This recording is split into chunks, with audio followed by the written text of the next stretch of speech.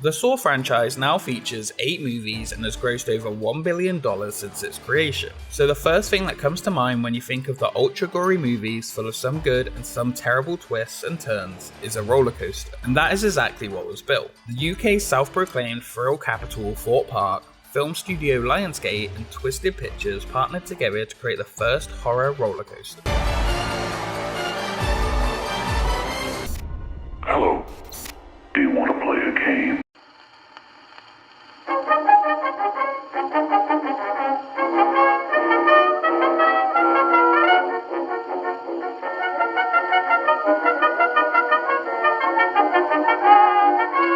Speculation on Thorpe's ride began as far back as 2006. Fans of the park were speculating from anything from a launch B&M Flyer to a 4D coaster. It wasn't until November 2007 that planning application for a Eurofighter was released online. Candy Holland, then creative director, was also involved in the creation of Oblivion and Stealth, was behind the ride, codenamed Project Dylan after the designer's cat to hide the real story and theming of the attraction. That theming was based around the Saw films, and because Merlin Love's World First, officially announced as the first ever horror movie themed roller coaster on October 14th, 2008, and planned to open in spring 2009. In 2009, I will bring ultimate terror to Thorpe Park. You have only one chance of survival. Live your life on the edge or rot in this cell. Make your choice.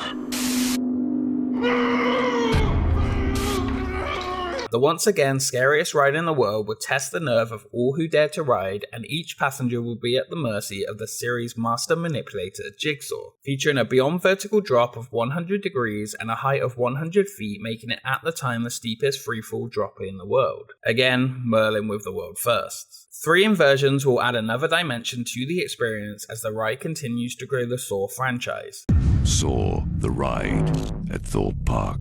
After opening in March 2009, the queue-line and indoor section were located in an old abandoned industrial sawmill on a new man-made island called Saw Plaza. The outdoor queue features razor-wire chain-link fence switchback with parts of Jigsaw's traps all around. Inside the building, guests used to come face-to-face with live actors portraying Jigsaw's victims in various traps. At least until it wasn't worth the cost to do anymore, as well as the traps inside which would go off to startle people waiting for their ride. It is a lot of money to invest in a coaster, but we believe what we're going to produce is going to be worth it at the end with the most terrifying coaster in the world. The ride starts with an indoor section where riders pass Jigsaw's equipment and Billy rides out on his tricycle. 2 pendulum blades get closer before a surprise hidden drop plunges riders into a pit of strobe lit spikes, and air and fire blasts at riders, imitating the firing of syringes from crossbows. Shortly after, the first inversion is a heartline roll where water is sprayed at the train to make it feel like you're being covered in blood, and a dead body lies below on the floor. Heading outside the warehouse, the ride approaches the 100-foot vertical lift hill as you pass by video screens and a digital timer counting down to 0.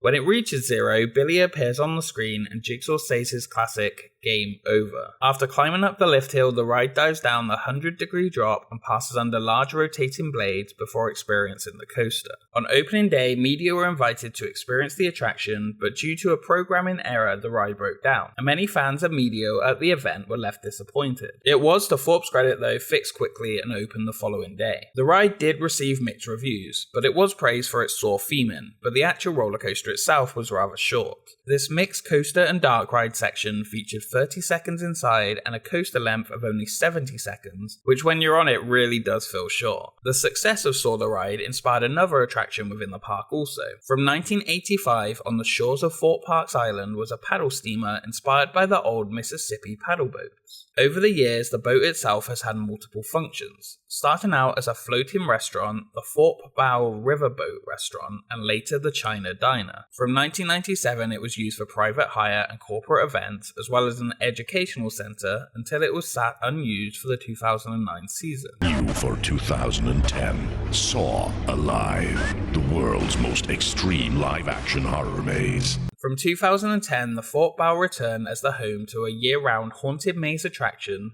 Saw Alive, again based on the hit horror series. Inside were 6 scenes with a trap from each of the then 6 Saw movies, with heavy detail where guests would walk through in small groups. It had detailed sets and actors within, offering a more show-like experience than jump scares on opening. The scenes within were rumoured to be expanded on the release of future Saw movies, though other reports stated that if anything was added to the boat it was located on, it wouldn't be able to handle the weight and would sink. The attraction ran for the 2010 and 11 seasons before opening only for Fright Nights around Halloween and still does to this day, mostly unaltered. Thorpe Park's website did state it would open Saw Alive for the busy summer period in 2018, but in the end, Walking Dead Living Nightmare reopened for the year of Walking Dead, to go along with the Walking Dead ride, which we'll be taking a detailed look at in the future. Like most current Thorpe Park attractions, Saw the ride starts off strong and fails to reach what it's set out to be. Today the ride gets complaints of being rough, but it's still one of the better coasters inside the park, with the dark ride element making it faithful to the Saw brand. Will this ride still be around long term with the same theming? Well, I don't think that's one thing that even crosses the mind of Thorpe Park when it announces its new attractions, but right now Saw the ride is very much alive.